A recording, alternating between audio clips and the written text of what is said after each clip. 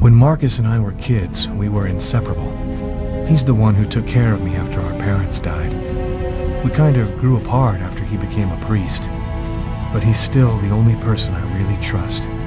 The only one who might believe that I had nothing to do with all this mess.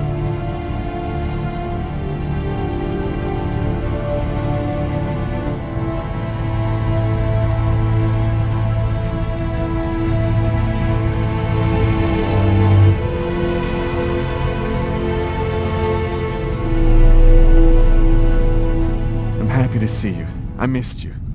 It's been a while. 2 years. So tell me what's happened, Lucas. I've killed a man, Marcus. It happened in a restaurant last night. It's like I was possessed, in a sort of trance, like I was a puppet on a string. I saw what I was doing, but I was powerless to stop it.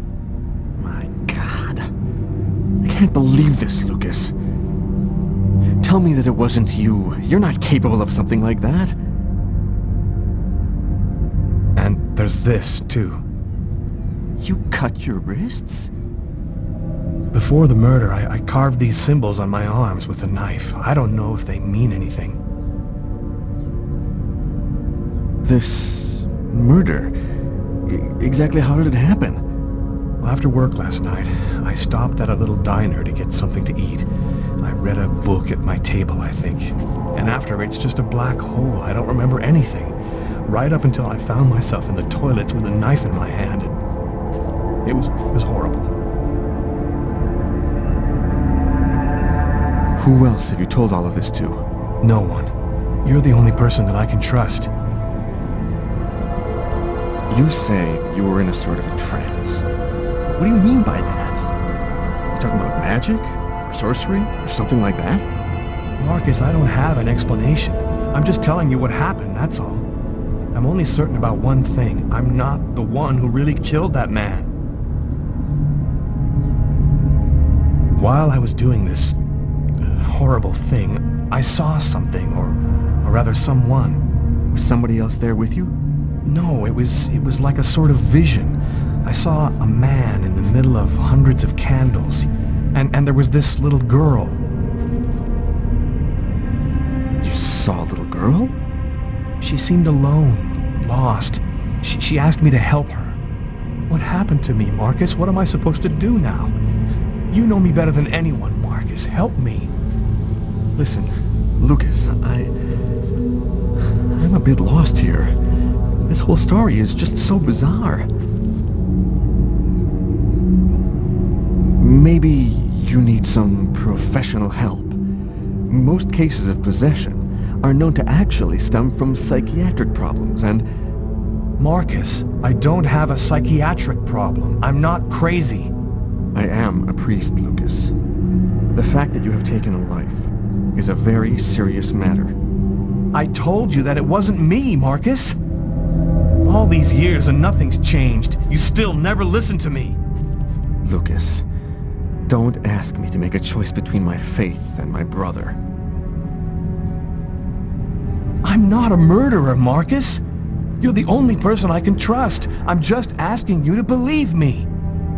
Very well. I'll do whatever I can for you, but I can't do anything that goes against my beliefs. Look, I need to get some answers. I'll call you. Here. You need this more than I do. Marcus, you know that I don't believe in all that.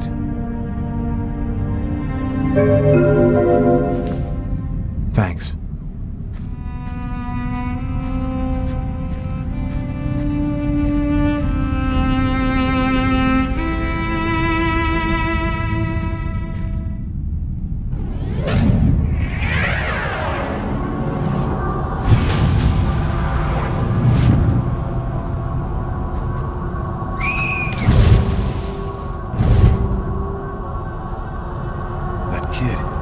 He's gonna slip on the ice. I've got to stop him. The cop in the restaurant. If I don't do something, the child will die. If I do something, the cop will recognize me. What am I gonna do?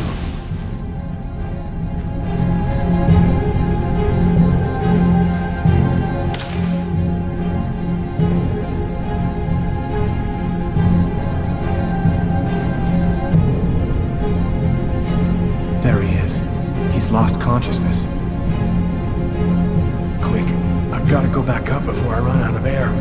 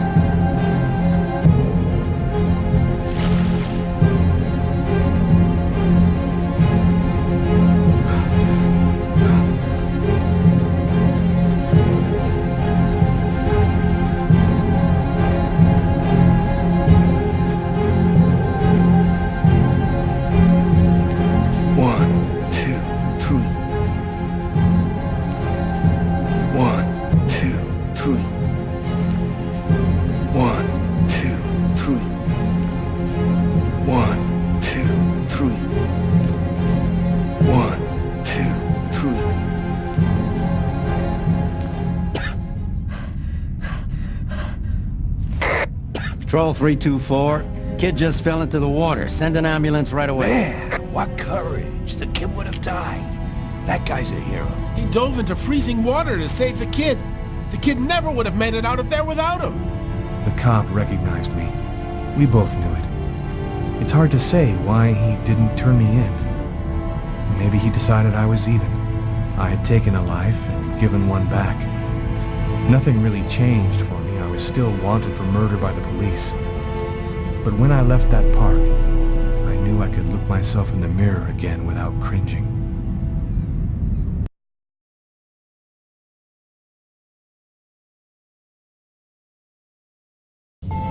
I've got this really bad habit for a cop. Once I start working on a case, I can't think about anything else. I'm exhausted. I haven't gotten a wink of sleep all night.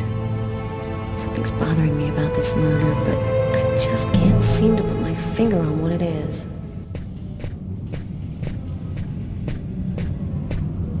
Hi, caller. How you doing today? Hi, Doug. Not too bad. Is Tyler here yet? No, not that I know of. So, ready for that big retirement? Working on it.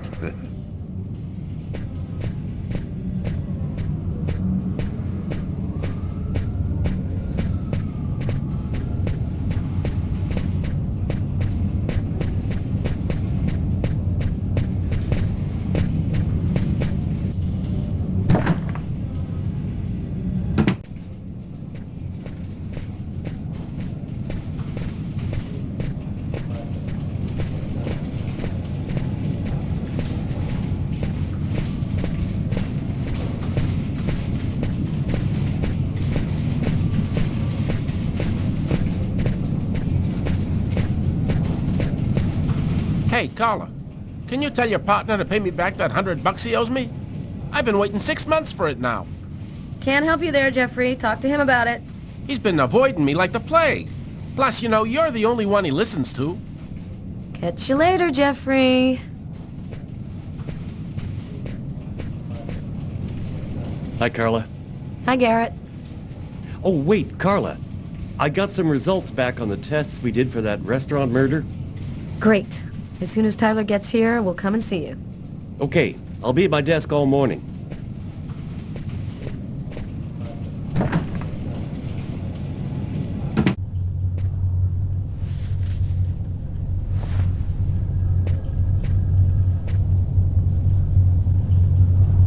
Tyler is still not here. I'd better try to give him a ring.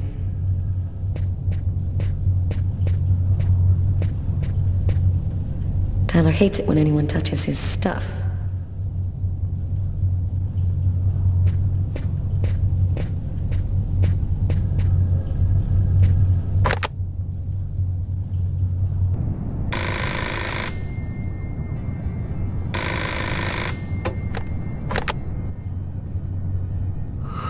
Yeah? Know what time it is?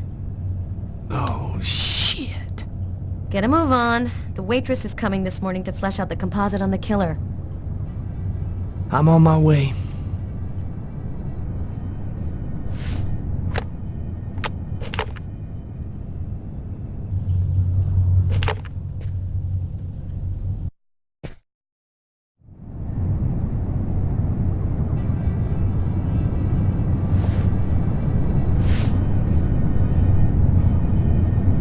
Stay a little longer. Sorry, babe, but I really gotta go. I'll make some coffee. Okay, I'll grab a shower, get dressed, and I'm out of here.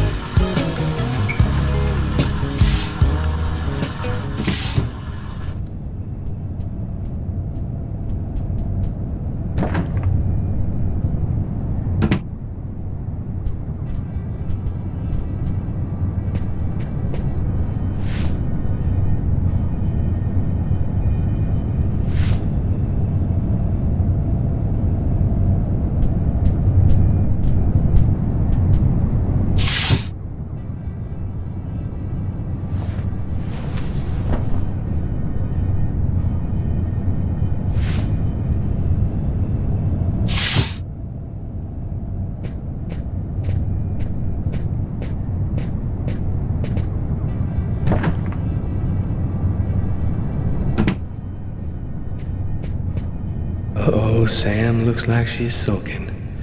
And I know what's bothering her.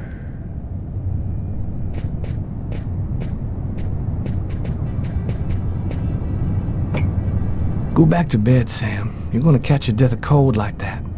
I'm not cold. Oh, look, Sam, please don't start. I got no intention of dying today. I'm sick of living in fear like this. Every morning I'm terrified that something's gonna happen to you.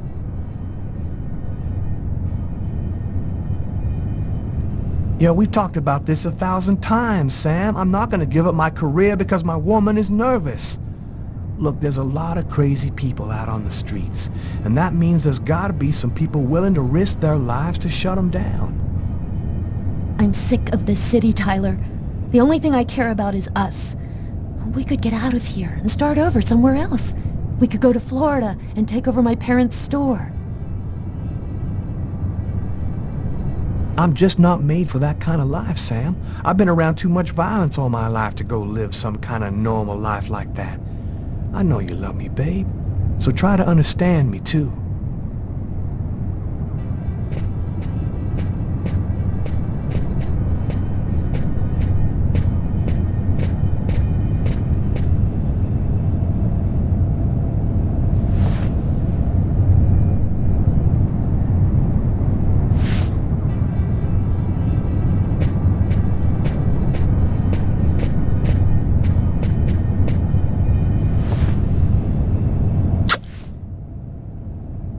I love you, Tyler.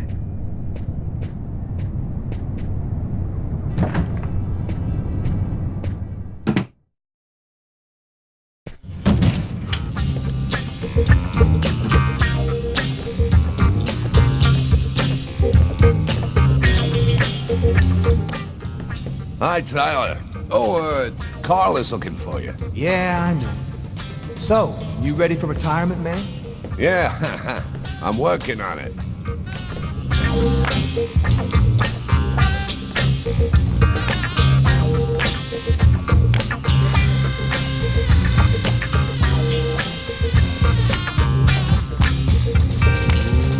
Let it crawl.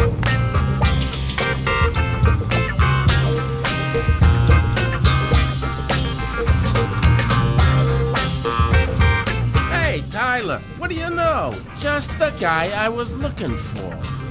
Oh, shit.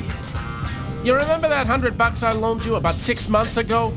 I'd really like for you to get that back to me as soon as possible. Like maybe now, for example? Jeffrey, don't tell me you're prepared to ruin a beautiful friendship for $100 lousy.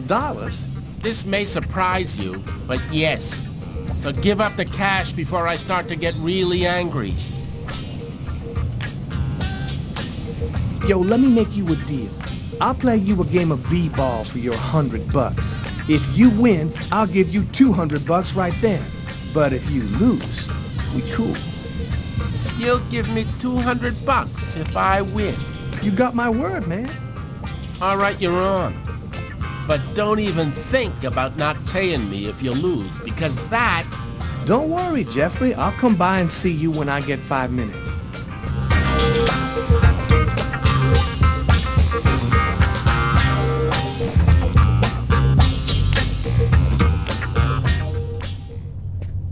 The waitress hasn't come in yet? She won't be long. Garrett got the lab results. Shall we go? Alright, let me hang up my coat. I'll be right with you. Okay. See you in a minute.